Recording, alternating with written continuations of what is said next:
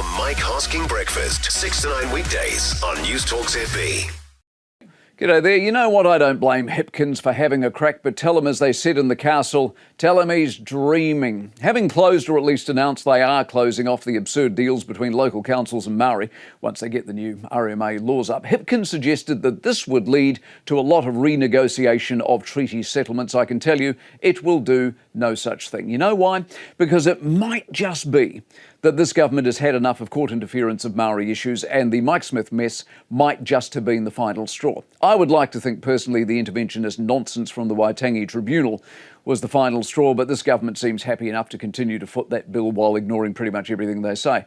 The really important bit of the Hipkins intervention is that he has not explicitly said they will reinstate said council deals. Now, why would he have said that? Could it possibly be because he too realises that the whole Maorification of this country has got wildly out of control, and not even he can bring himself to buy the inevitable fight that would be required in an election campaign if it was him v Luxon and one had killed said deals and the other one was left to defend the indefensible. The headache Hipkins doesn't need, of course, is that they are not deals. It's the council. It's not his deals. They're the council deals. And the councils should be the ones being called out and held to account. It's the councils who are taking the proverbial. That is not to say his Maori caucus, I guess, won't get to Hipkins eventually, but for now at least, he takes what most middle-of-the-road New Zealanders would perceive as a moderate, sensible stance. And it's exactly those sort of stances that win elections, of course, and I think he knows that deep down. Elections are won in the centre.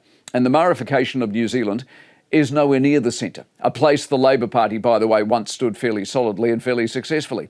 The original treaty deals he refers to, yes, they do have clauses for renegotiation, but they're more about income than local level dabbling by councils, and if any council or iwi want to dabble in a court, the court should be basically ignored. You get the sense that, like a lot of ideas not well thought through, that any original goodwill here was well and truly shot to bits as councils and local Maori, to put it really bluntly, took the piss. Well, that game, thank goodness, is up. The Mike Hosking Breakfast, 6 to 9 weekdays on Newstalk ZB.